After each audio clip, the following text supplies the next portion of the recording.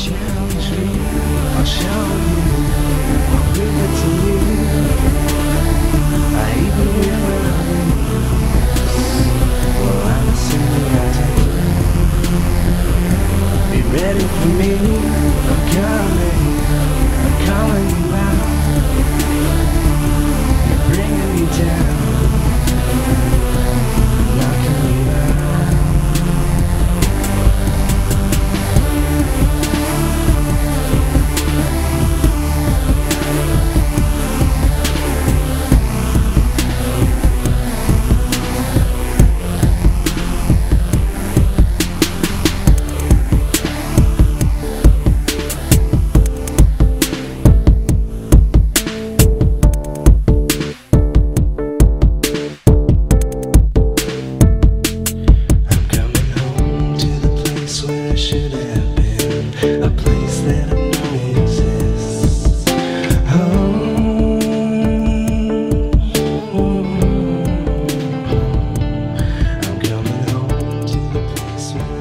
This writing process has been like very cool for us because you can hear the growth too. So you got a lot of that exponentially. Yeah. It's not like you got like the older, like the songs that we first like started off, like, you know, City Skylines is definitely one of them, and then you really hear like our like energy in there, and then after that you got like newer songs where you'll really hear the rock. Right. Like Under These Stars. Yeah. Yes, no, Under These Stars. Yeah. Definitely. It's like we've been together for like a year and a half. So like the songs that we write from the start to finish, and then the time it took us to get the album recorded. So there was a change of like you can hear sort of.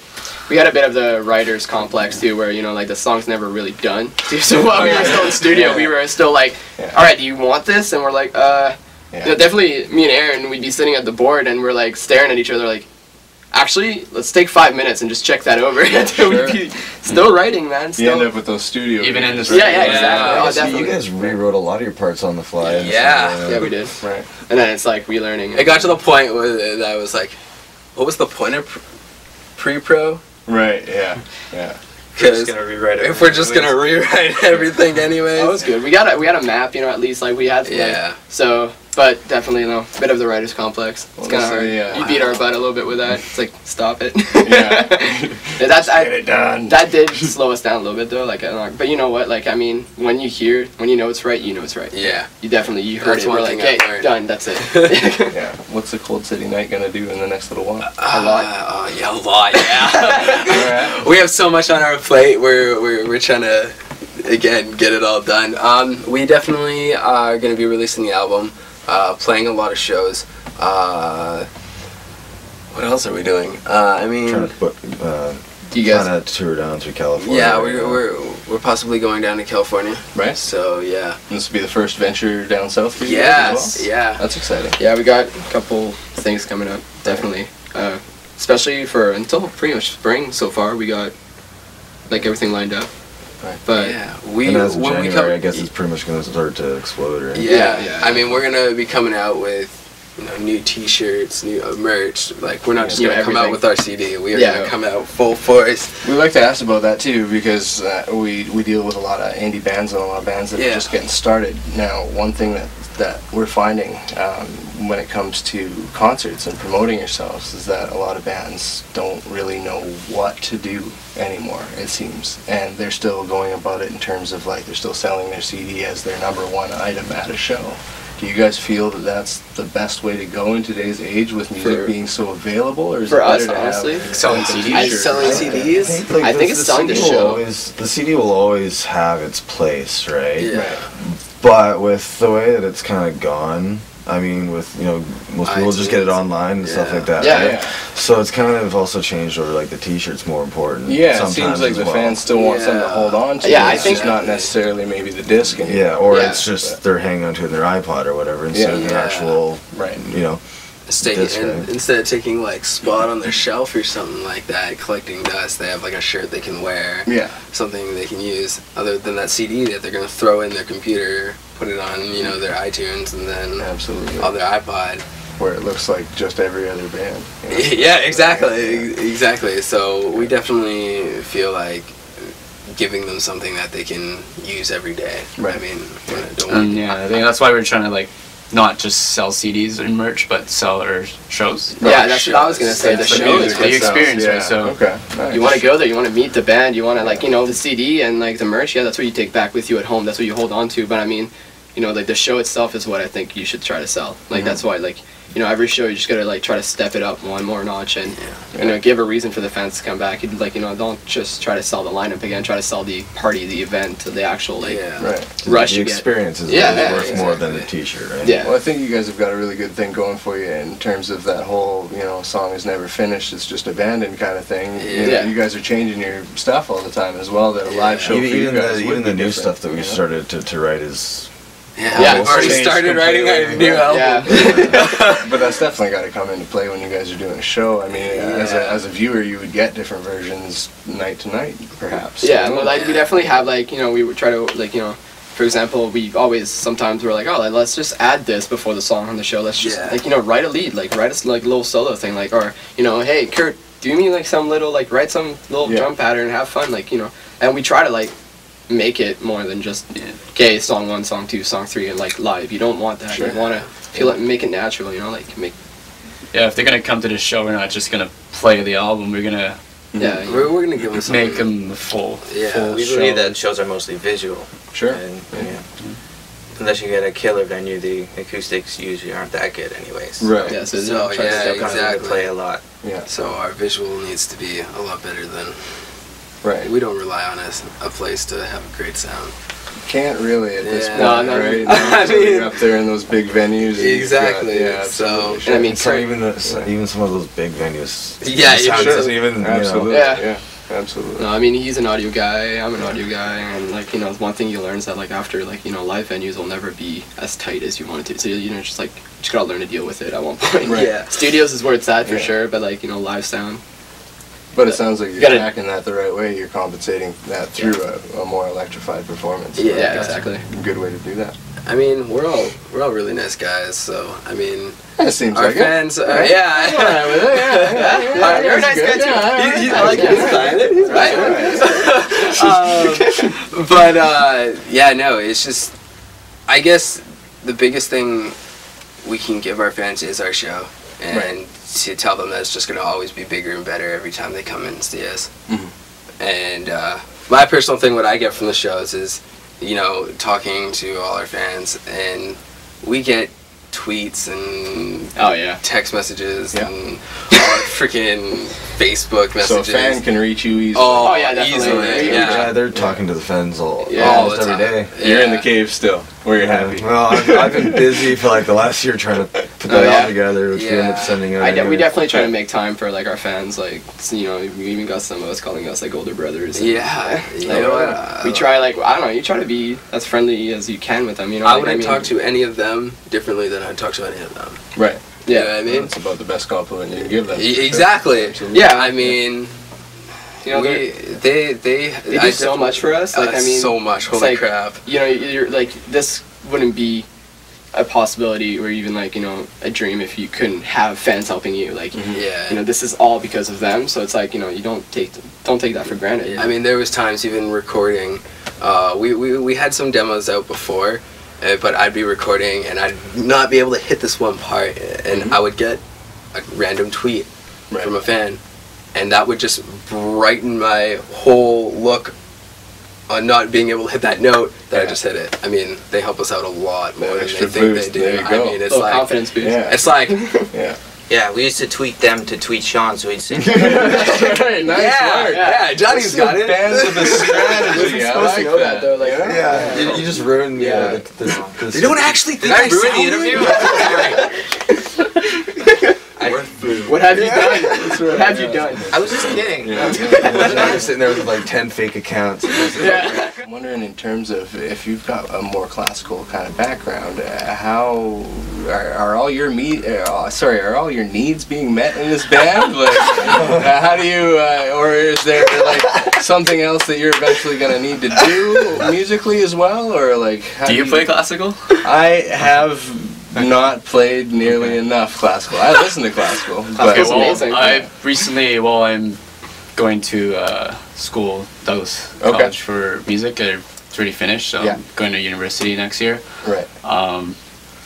I I actually just been playing classical for like 4 years. Okay. But heavily focused. Yeah. And I mean, that's when like 4 years ago was kind of when I was with Sean too. So right. we were in the still that pop writing phase. I mean, I'm as a musician playing classical. I'm still like nothing against pop rock. I still love playing shows. Oh, for sure. Still love the live feel of it. Yeah. So I think as a musician, it's good to expose yourself to all types of music. Absolutely. So like I don't just listen to one thing and say, oh, I only listen to this. I'm not going to listen to metal or house or electronic or classical. I love all music. So keep the doors open that way. Now, like, do you guys find like, I guess I'll ask you guys, and not Aaron so much here. Do you find that you can hear that kind of background influence in where he's come from? Yeah, you take a ride with me. Yeah, songs that are definitely. You know what? I feel as well. Yeah, I definitely feel all our different backgrounds makes a unique pop rock sound. Right. I mean, our music's not difficult. Right. But it doesn't mean it wasn't hard to write. I mean, I know it doesn't necessarily have to be a good song. No, definitely. Yeah, that's exactly. Less is more. Sometimes that's definitely one thing you learn. Absolutely. We say that a lot. Yeah. We'll be writing, and then we'll get like really complicated, and then we're like, "Whoa, guys, we need to step back for a second." Yeah. Yeah, I mean, what does the song actually need? Yeah. We definitely have like ways to like let go, like of like I mean, like I said, like I'm a bit of a metalhead. I mean, you're always writing different types of like I don't know, like he's got his drummer DJ where you can vent a little bit more of his stuff through, and I mean, we're always writing, even though we might not use the song, like I definitely wrote my fair share of like metal riffs here and there, even though like I might. Right. Yeah, like you write it and you have fun and then you just vent it out, I guess. Yeah. I think it's just like part of being a musician is just growing as a musician, like learning different things. Like and you never know. I mean, you never know what's going gonna to happen. remember. Everyone has something else to say, right? So. Right. Yeah. But it's good. I mean, it seems like you guys are all open to each person contributing that way too, right? So it's not like you said, they're all open doors. You know. We all have different backgrounds. Exactly. Yeah, that's good. Definitely for me, I've had a lot of help from these guys for singing. Right. Like these guys have pushed me to be a lot better than I was at the beginning of the album. So. But you can hear that growth though, right? And I'm sure you guys can too. You know, after you've pushed, as a singer, your range just naturally expands. There's almost not much you can do to help it if you're singing every day or if you're getting that practice in. Yeah. It's definitely too learning to write with what you got too is one big, huge step is like, you know, you're always like, sometimes you try to push too hard and it's just you learn to write within your... Yeah. My biggest thing is being writing lyrics with these guys. I used to just like all the words that we cut out because you're not allowed to anymore. I mean like do you gravitate towards certain words like all the time? All the time. Yeah, I've seen that before for sure. Where they've helped me in the sense of like expanding my vocabulary and stuff like that, but I mean writing with them has been definitely something that I've enjoyed getting to do. Right.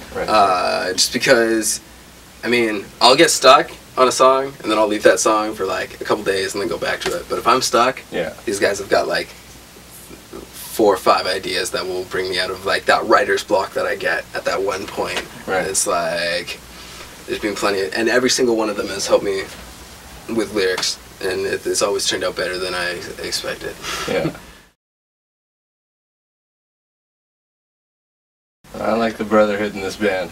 Yeah. It's good. Even if he doesn't use what we tell him, you know. No, it just throw stuff at me. Yeah. It will click something. Yeah, it might change the idea anyway. Yeah. It might not take what you guys suggested, but it might still turn out different. And that's something too that one like we really learned over the years is learn not to get attached too much to your ideas. Oh yeah. Is that was really one big step. You know, like I mean, you write something and then you love what you wrote, and then you know like 3 members and they're like, it's okay, you know, or actually not for this, and you gotta learn not to get like pissed off and like attached, like you just gotta brush it off. Okay, well, you know, try again, or like even if you don't even get to write that part. A lot of bands with the greatest idea, and then some guys like, no, that's shit. A lot of bands get into that, and then you know, it's like, no, but I really like this idea. I really want to do this. Yeah, really want to do. dude, man, that's not gonna fit. But no, but it's gonna fit, I swear. Yeah. But we've learned to step back from, Especially in studio. Oh, I know, especially in studio. I mean, for the most part, it's, I mean, everyone gets all their ideas in, and we always see the greater good, or do things for the greater good of. It's for the band, you know. It's like in the end, it's like just for you. It's for like, you know, all 5 guys. It's like, this is gonna be our song, so you know. But the not, you know, being so attached to a song, I think that's been really, really hard for me. Tough to be adaptable. And kind of for Johnny too. I mean, Shoreline was yeah, well, a big part of our lives as well. yeah, because Aaron and you and me have been going at it, and now that we have Will and Curtis, it's really good because we finally have a really nice mix where we can kind of be on the same track and complement each other more, rather than there's, you know, a lot less fighting going on. Yeah, a lot less. And we're a little bit maybe more mature people, so we, you know, we can be like, okay, you know, I'm willing to listen to you on this one, or kind of thing. Yeah. Well, it sounds like it's only getting better from here, guys. Yeah, I mean, I'm not gonna lie, we're not perfect. We have, you know, we fight. We're awkward, and but we've had our fair share of arguments. Yeah. But we always hug and make up. At the end of the day, you're still here, standing as a especially me and Will. And we'll fight about like the stupidest things. Yeah. Like. But now look at you, you're sitting side by side. I know. It's good. Yeah, we don't fight a lot, but the makeup we're really good at. Yeah. I'm sorry, man. I'm sorry, man. It's not my fault. Come over him. Let's chill. Lastly, for you guys, just basically one thing that we always offer here at the end of every interview that we do is just kind of an open floor. So if there's something that you guys want to communicate to your fans directly, if there's something that you guys want to say that you haven't had the opportunity I love to you. say, yeah, if you want to tell them you love them, just big old arms around them for a hug, you know, this is the time. Yeah, definitely. You'll be hearing a lot more from us, more video blogs, more getting out to you guys. We want to apologize for the hole, or our cave that we've been in for the past Blame Kurt for that. year. It's worth it. It is. But we promise you, Next year is going to be a big year. it's going to be a huge year, and we hope to take every single one of you guys along with us. So yeah, that's all from us. Where can people find your music? I know where to find it, but where can people find it? Facebook. It'll be Facebook, YouTube. iTunes, CD Baby. And you guys have our the own other website. Yeah, what was that again? It's got Cold City. W's in front of it and www.something. Oh yeah, a Cold City Night. We have one of those. Oh, I knew that. You know, everybody runs into this. They're always like, you know what? Which one was it again? Yeah. Facebook's such a norm now. It's kind of hard to promote your own website. It's like, it is. Yeah. Damn you, Facebook. ColdCityNight.com. ColdCityNight.com. Right on. Definitely. All right. Aaron's made sure we got that on. All right. COM. Thank you guys very much for being here today. We appreciate it. Thank you for having us so much. Yeah, if there's anything we can do for you in the future, just I like let the us beard, know, by eh? the way. Did we get the whole beard in the shot? I mean, I usually ask at the beginning because almost, eh? Okay. You're just going to go through December with that. This is the blooper. Yeah, I keep telling people I'm that pissed off about the hockey lockout, but you guys are actually. I don't have to lie to you. I'm not looking for sports. I think you're choked mostly. All right, Johnny. Thank you so much, man. man. Sean. Thank you so much for having us. Thank you. Dirt. Thanks. No, appreciate it, guys. Thank you very much.